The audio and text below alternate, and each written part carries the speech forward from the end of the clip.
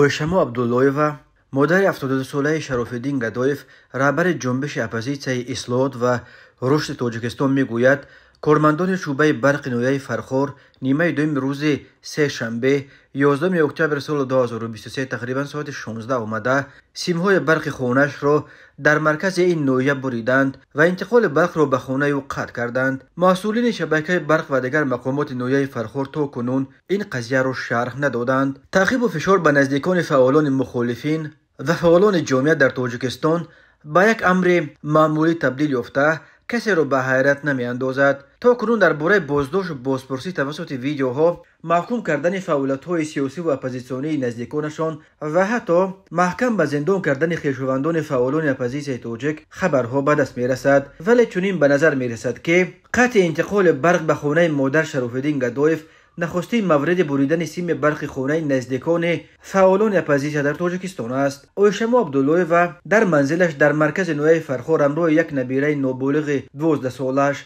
زندگی میکند. او روز 12 اکتبر در مصاحبه با پایگاه خبری بامداد گفت که از پول برق قرضدار نبود و این را به کارمندانی که سیم برقش را میبریدند فهمانده است. ولی اونا گفتند که فرمان از بالا است. اونا گفتند که پسرت در برلین به ضد پرزیدنت گپ زده است و به ما از کلوب امر دادند که سیم برقش را ببرید. نقل کرد اویشما عبداللهیوا. او میگوید پیر شده است و هم از بیماری قند اذیت میکشد و بی برقی زندگی به این هم مشکلش را بازم مشکل تر میگرداند. به آنها گفتم که آخر نخود با کمپیرها جنگ کنید. من مگر یگان تروریستم که سیم برقم را میبرید؟ اگر انصاف و عدالت در بازار فروخته میشد در سر پیریم تاجر میشدم و رفته همه اون انصاف و عدالت را خریده آورده به پول به مقامات خودمان تقسیم میکردم. ولی افسوس که انصاف و عدالت را در یگان جا نمیفروشند. گفت با علم مادر شراف‌الدین گدایف. اویشما عبداللهیوا میگوید که او را 30 سپتامبر به اداره امنیت فرخار بردند و تنها بعد 8 ساعت پرسجو آزاد کردند.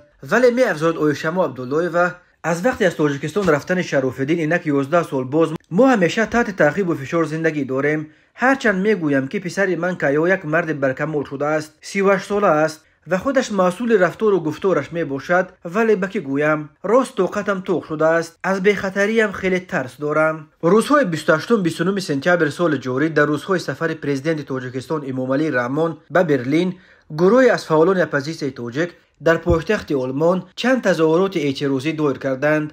چند تن از مخالفین حتی ماشین پرزیدنت رحمان را که به ملاقات با صدر اعظم آلمان اولاف شولز میرفت با تخم زدند. در اعتراضهای برلین شراف‌الدین گدایف نیز اشتراک و چندین بار با انتقاد از حاکمان کنونی تاجیکستان سخنرانی کرد. پاسخ مقامات تاجیکستان به این اعتراضها خیلی شدید و کم سابقه بود و علاقه روز 29 سپتامبر در جمهوری موج نوبتی بازداشت‌ها آغاز یافت. به حساب سازمان دیدبان حقوق بشر مقامات تاجیکستان در پی اعتراضهای برلین به ضد سفر پرزیدنت تاجیکستان امامعلی رحمان دست کم 47 تن از خویشاوندان و اشتراکچیان این اعتراضها و چهره‌های شناخته مخالفین را بازداشت کردند. یکی از آنها اویشما عبداللهیوا مادر شراف‌الدین گدایف بود.